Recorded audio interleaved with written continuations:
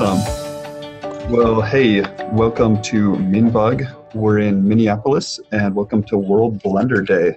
Right now, we're going to be talking about this crazy motion you're seeing here, a motion controller. So the beauty of this system, and I'm going to do some crazy camera work to show it off, is it sits on my desk. It has two controllers, runs just a straight USB cable into my computer. These two wireless heads have a crazy magnetic tracking system that knows exactly where they are in space and knows their orientation every 60th of a second. So with a plugin that I'm writing for Blender, I can pull that data in and manipulate anything I could happen to want to manipulate in Blender. So I'm going to run through a couple demo scenes and show off why you should have bought a Razer Hydra years back when they were actually selling them, and then show off some game projects that are using the Razer Hydra that are built in Blender game engine. So let me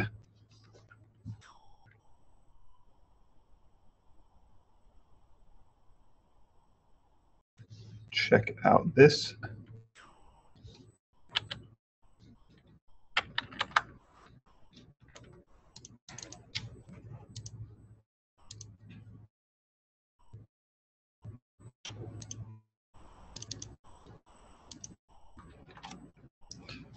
So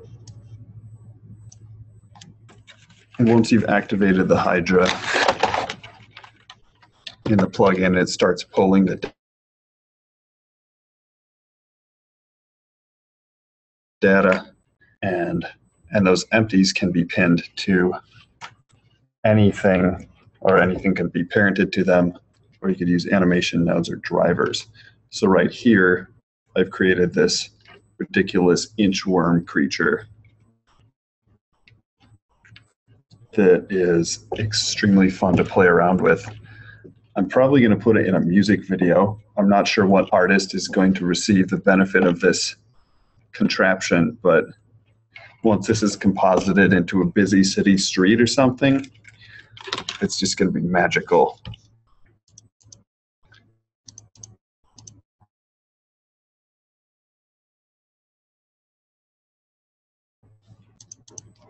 I've got a quick demo here. This one is using just the rotation of these controllers to orient objects in the scene. So right now I've got this spaceship and a particle field such a way that I can fly through space, and then my other hand rotates the camera around that independent of the spaceship.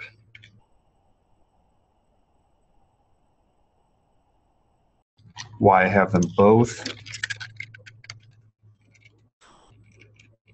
Assuming you spent more time, you could actually come up with some fantastic setup that would have that make sense. What else I've got is a demo here with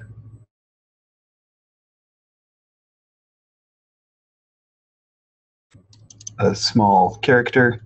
This character has been rigged, or rather the bones are parented or targeted to these empties. And it looks like the character is, for whatever reason, falling over or upside down. I've also connected the legs. This looks like some sort of exorcism.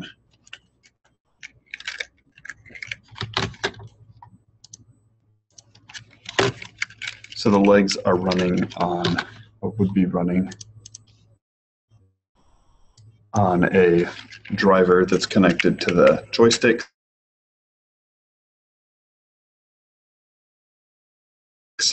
And I also have the trigger,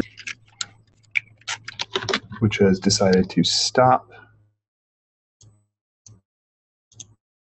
Oh, there we go. It wasn't loading untrusted plugins.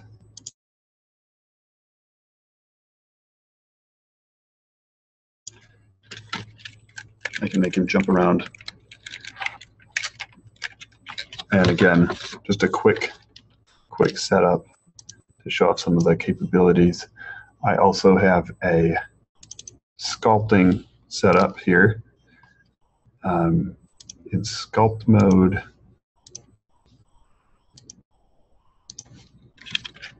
I have this object in one hand, and I can now manipulate or sculpt it and just rotate around and quickly adjust the position. And when you combine this with one of the 3D views of Blender, it makes sculpting incredibly easier because there's no more camera controls that you have to deal with. It's just holding whatever object you've got and playing with it. You can also tag some of these buttons to sculpting controls like shift or control or keybinds, and that way you can pull up different sculpting tools immediately from your left hand. I have no idea what's been sculpted here, but I will probably put it on Blend Swap for everybody to download. That is sculpting. Just going to jump out of sculpting mode and open up one of the more important ones, is the physics setup. Here I've got a couple boxes in a rigid body simulation. I'm actually going to add in more because you can never have too many rigid bodies. And I'm going to animate that. And here I've got another box that happens to be a rigid body. And now I have rigid bodies that I can actively interact with. It's a great way to waste time in Blender, or I should say experiment for science. So those are the demo scenes I've got. I'm just going to start a new scene here and show how the setup works, and then show a little bit about the motion capture system. So default scene, it's right now in the animations tools. Click activate, and it builds in a collection of empties. Each of these empties targeted to it.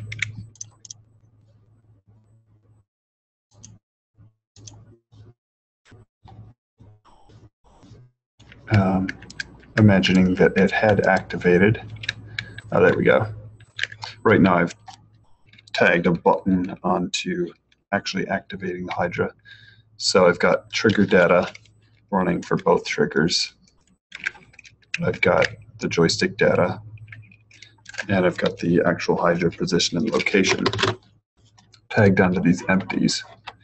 Now, originally this was designed for motion capture because I wanted a quick way to pull animations into Blender. And I've noticed that somebody said this would work great in the game engine. We're actually going to pull up a couple games that have been made with this in Blender Game Engine. And I'm going to have people here at the Blender meeting fight each other with this Razer Hydra, and we're going to see who wins. So we've got motion, and I'm going to capture that motion just by arming the channel. So I'm going to arm location and rotation and just capture some motion.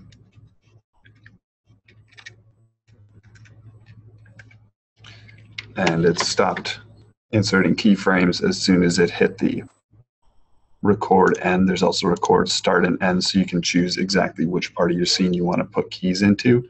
And then a post roll start and post roll end. So when you click this button or toggle it from on the controller, it will play your scene, let you see what you're recording into, and then start recording keys when it's necessary. So there's the animation captured in there. There's the keys.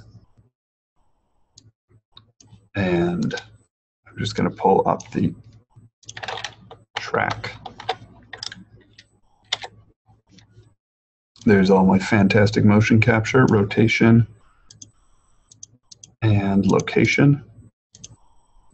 Right now, the rotation is in a quaternion instead of just XYZ to prevent gimbal lock when you rotate these controllers all the way around.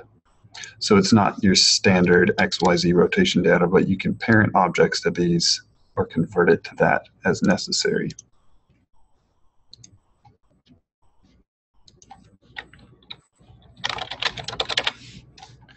The data here is recorded into different channels, and if I want, I can save these channels. I'll record over it. So I'm actually going to save these, and I'm going to type in a name, super awesome take, save, and now I've got these all connected to this empty, and it created a new empty for me for when I'm ready for that. And there is super awesome take right there with my animation. So now I can just play this back, and I've got super awesome take, and I also have the control here to record another animation as soon as I'm ready. So there's super awesome take. Here's another take. And now we've got both of those takes playing together. I don't really like this take, so I'm just going to record over it.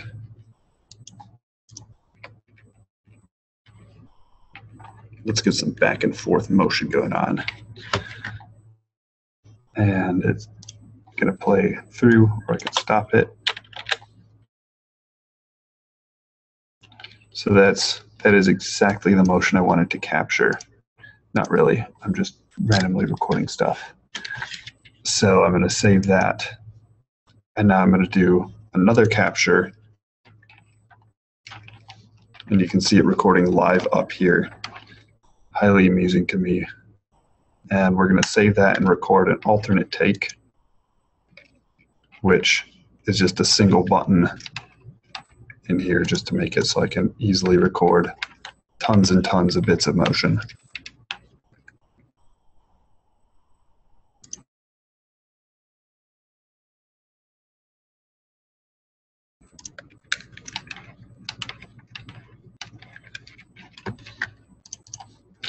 And now, as you can see here, I've got a ridiculous amount of captured motion on all these different controllers. So if I needed something like fairies flying around in a forest scene, I would have just the thing.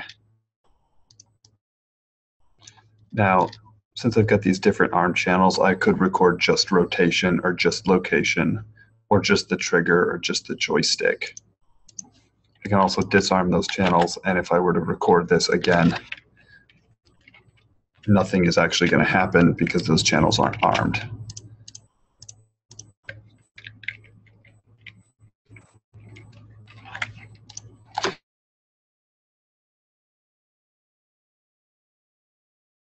So I'm working on making it to iterate motion capture stage.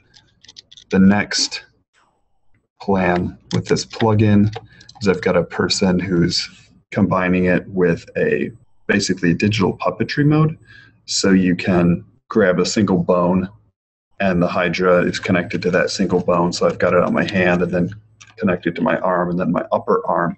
So you can quickly jump back and forth between bones and different setups and different rigging and drivers to control an entire character and basically stop motion pose it or real time animate it, depending on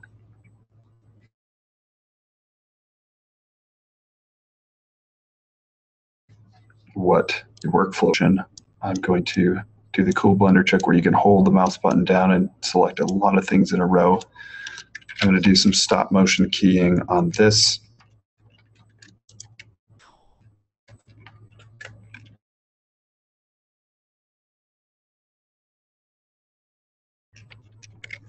And it's not. There we go. So there's still a couple bugs to work out, such as not actually having this recording data.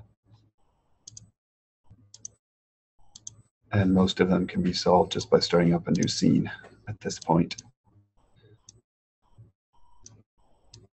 Or restarting Blender. That's always an option. So it's not actually letting me pull up my start menu right now. So we have a keypad and one of the buttons is dedicated to open up Blender into Blender. Sometimes I hit it by accident, rarely, but I take it as a sign to get working on some Blender projects. All right, here we go again. So one of my favorite things with this tool is setting up a particle system and taking control of that in real time with effectors that are tagged onto the Hydra. So I'm just going to play through setting that up. This cube has some fantastic particles on it. I'm going to parent that to my left hand on my Hydra.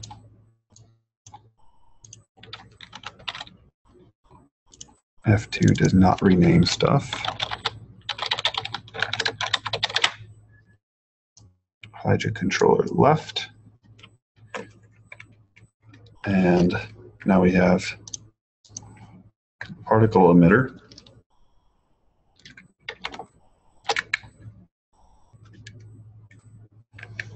I'm going to turn off the gravity fields because I always turn off gravity fields on particles. It's more fun to have particles that just float through the air.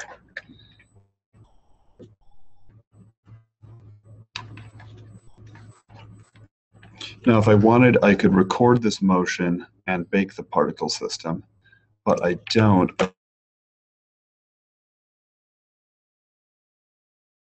I want to get my other hand, actually just going to grab the controller right.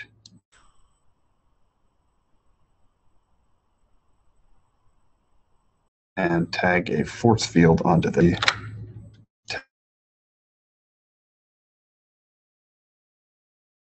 and strength is going to be my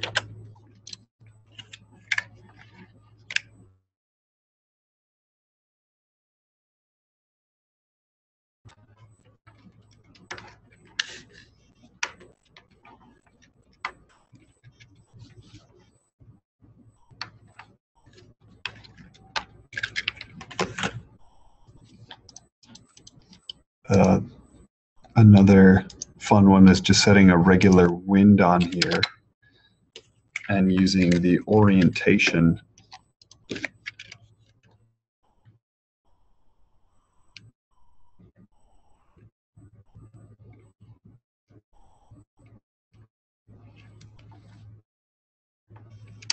So one thing I've noticed with this is that it makes it extremely fun just to mess around in Blender doing ridiculous things that would be really complicated with a mouse and keyboard controller.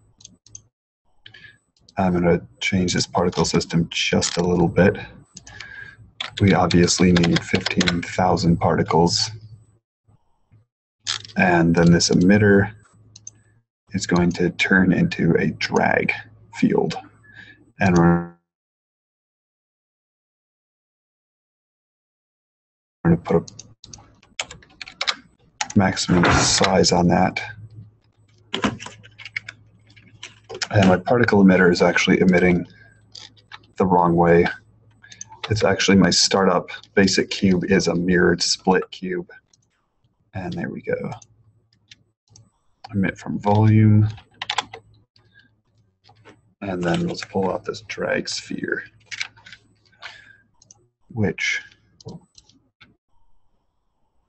would actually be more interesting if it was that force again.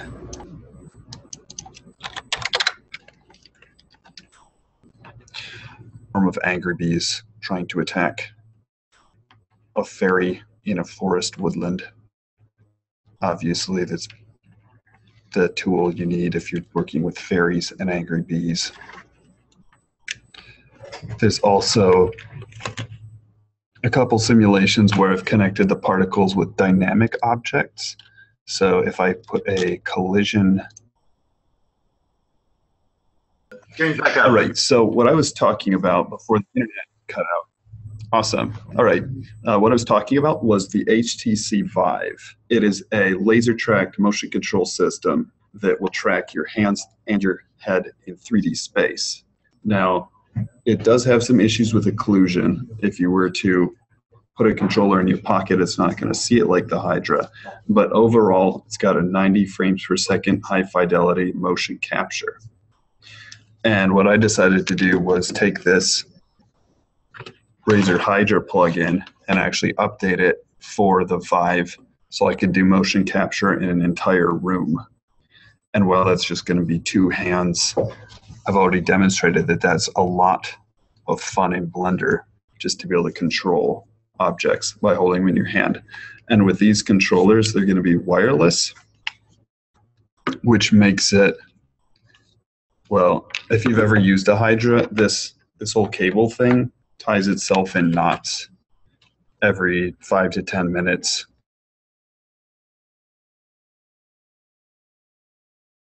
You'll find a new knot. The battery life on these guys has been seen up to maybe 8 or 10 hours with little breaks. You're probably not going to be doing motion capture straight the whole time. They also run through a USB connector, just through micro USB, in case you don't want to use the battery life.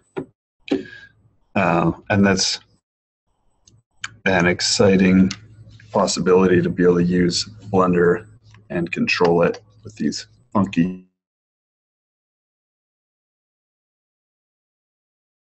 wireless controllers. Hydra cable is just this long. With these, they're going to capture in an entire room. So you could do an entire forest glen full of fanciful little fairies that are all jumping and flying around.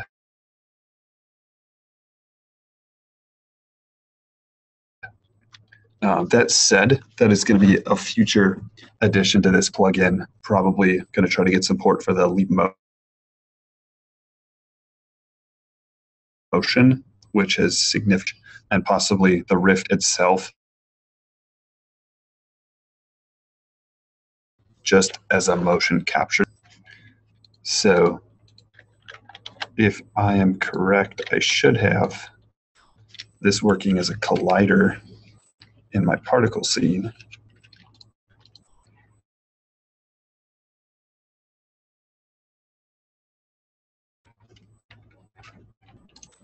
Force-based particles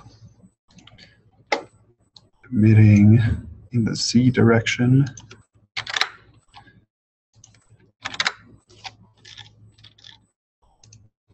There we go.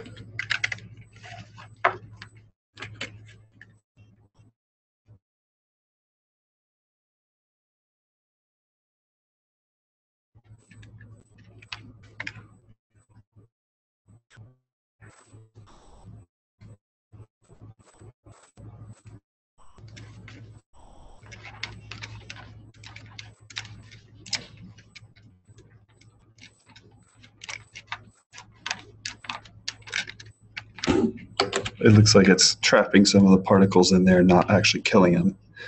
But the speed at which you can do these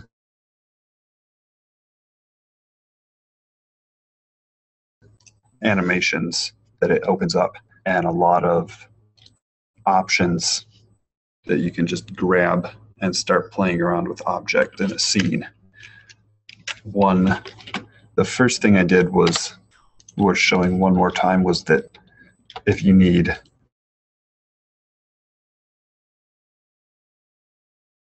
shaky cam movement for whatever, you just parent the camera to the Hydra controller. And now you've got a Hydra giving you where you can't actually see anything because the camera is very unstable. So I've actually been able to use a little natural organic motion to it incredibly quickly and easily. without having to do advanced drivers or throwing noise or different modifiers onto there.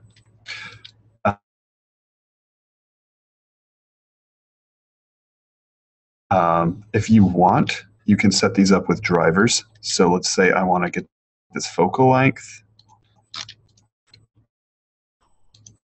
Drivers. Show me my drivers. I'm going to call technical support.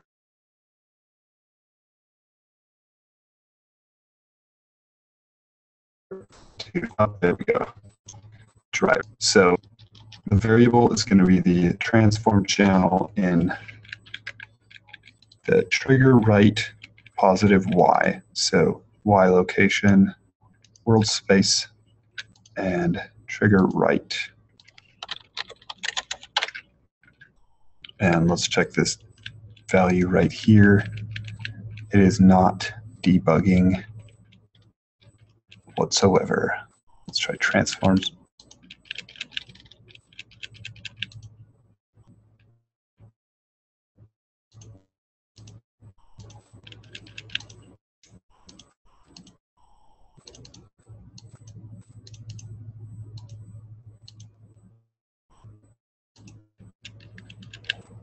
Let's try distance from the left trigger to the right trigger.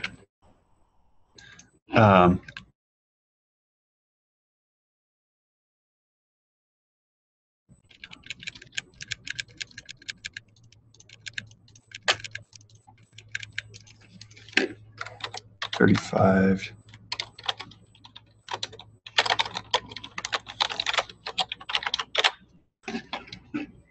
Python auto execution is disabled. So that actually might be my difficulty. Does anybody remember where Python auto execution is? There we go. Auto run Python scripts. Scripted expression. I'm now getting values out of here.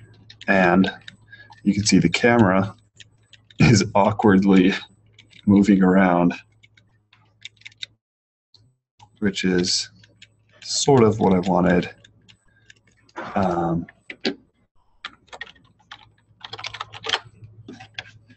let's start this out at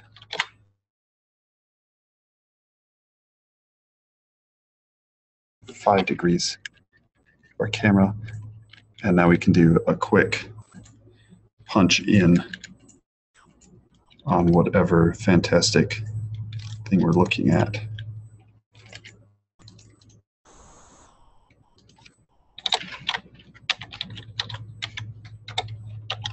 And I'm just multiplying it by the variable a lot.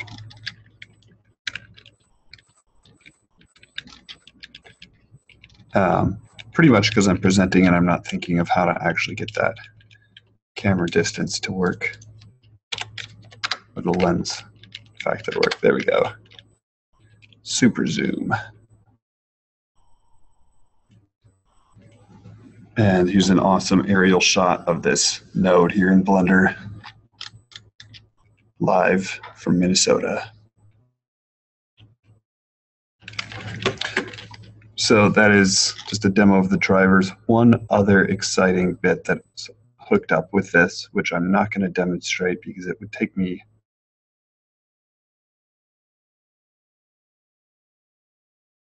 far too long, is in the, or I should say used to have the animation nodes connected. It's a plugin with an unlimited number of nodes that allow you to create super advanced drivers. So I could have the Hydra move, and it could do any number of things to manipulate objects in the scene. And it's quite fantastic when you've got it set up correctly, which I'm not going to get into, but check out the animation nodes plugin. And even without the Hydra, it's a fantastic plugin to play around with.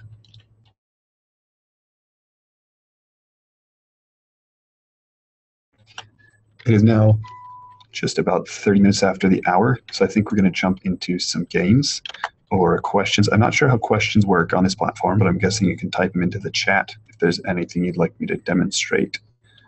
I'll give you a minute or so, and then we'll jump into the next round of Hydra demos.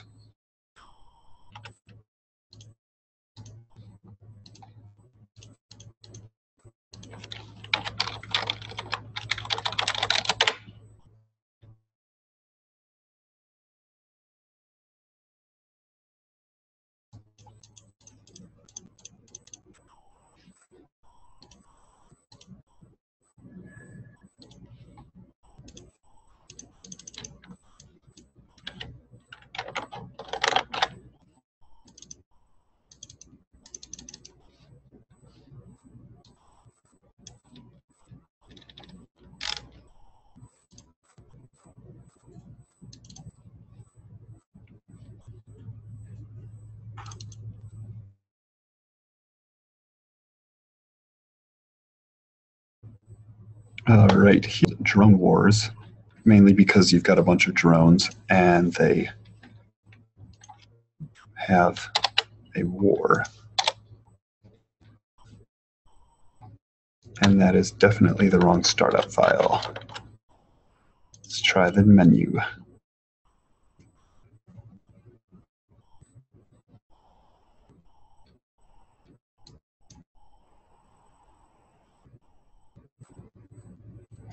All right.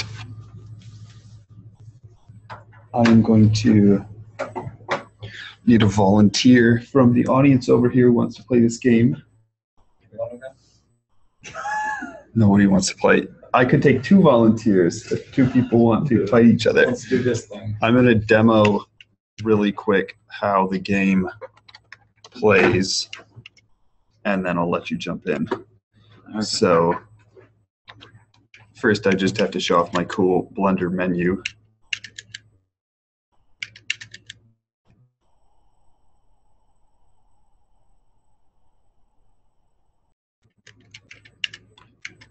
I actually have control for Hydra's, probably the stem system, as soon as I put the DLLs in there and when it's shipped.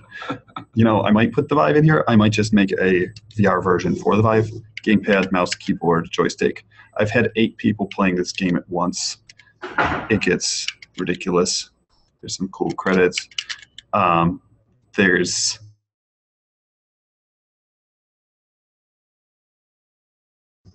not quite Blender games. Hit me up. I have the project for you.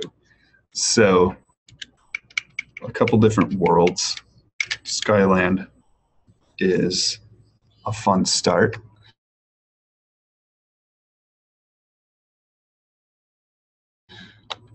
And ship in the world. And if I move my hand up, that ship will move up. If I move it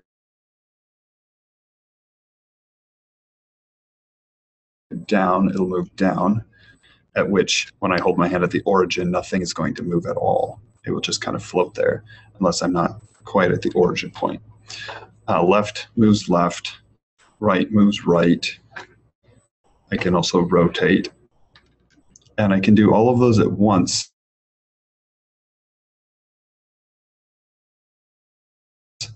And pull off some pretty ridiculous tactical moves. And of course, there are lots of different weapons to play with. These 2 buttons over here switch your weapons up and down. There's an energy level. Once your energy is out, you can't use your weapons anymore. Different weapons use different amounts of energy. The sniper cannon kills people in 1 hit. There's a scope here which you can use to make those super long range shots.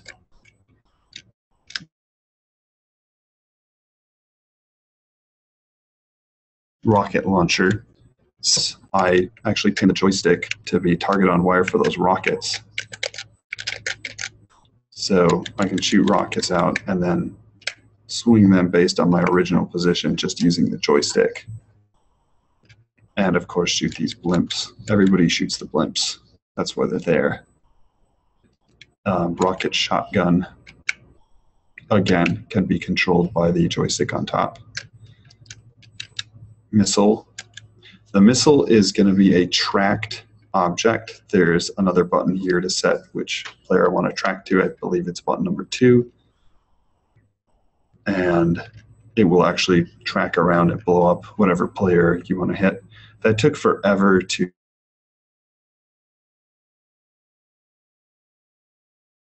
set that up properly. I had lots until they died. Flak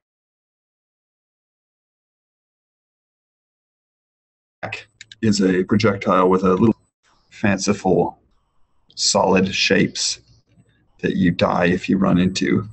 Or if you're clever, you can run through them. There's a bomb. I'm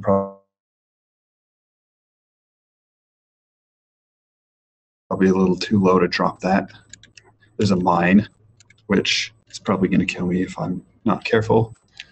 And there's a healing gun, which you can use to heal your enemies or just annoy people by shooting them.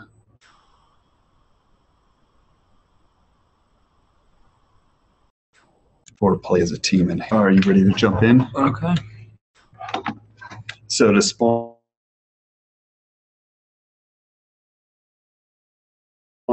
tap this. Just tap it once. Are you the red one or the green one? I think you're the green one. Yes, you're the green one.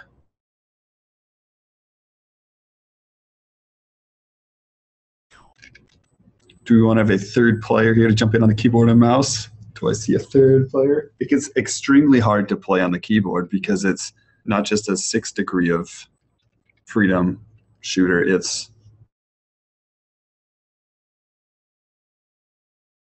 n degrees of freedom because you can backwards all at the same time. So I'm going to scope in. It's the shoulder button above the trigger. And once we've aimed at this guy, you'll see the reticle will turn red. You can also track him. So right now, since there is a slight drop for some weapons, and more importantly, because this reticle is actually above my ship, I'm not looking straight down the ship, but I'm looking above the ship. That's actually going to line up with where the player is based on his distance from me. So it looks like he's crashed through the world. I have no idea where I am. He is going to be dead in just a moment. He's back. All right. I've got a little spotter on him. If you want, tap 2 on your controller, and that's actually going to show you where I am.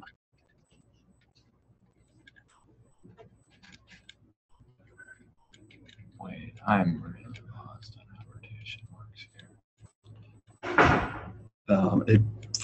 It tries to target to whatever your hand rotation is. So if you're offset from 0, there we go. This would be a dreadful game in virtual reality if you ended up flipping over like that when you were hit. So tap this for 0, and then you just hover, and then you can try to maneuver around. Okay, so I tap it, and I'm rotating. So you want to just tap it once. It doesn't orient your rotation because you can look at your controller and see which way it's oriented. So try a small movement to start with. Just point left. If you pull too hard of a move,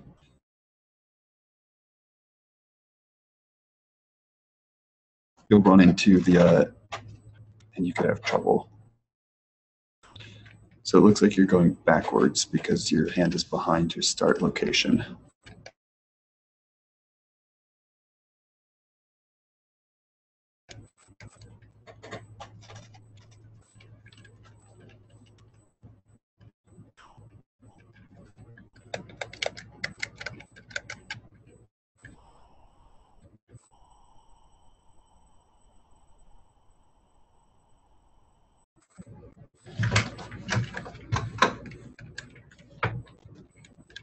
He died before I could fix him.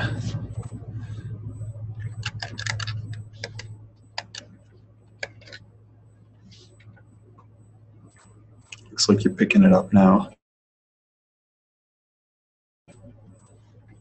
Run me off. Imagine it's kind of like a joystick. If you pull back on the joystick, you'll tilt up.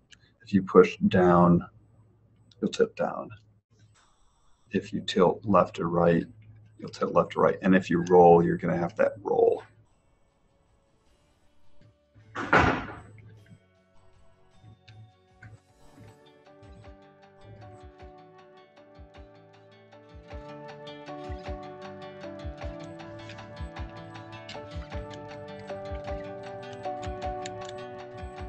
And I'm shooting you with the heal ray just to be annoying.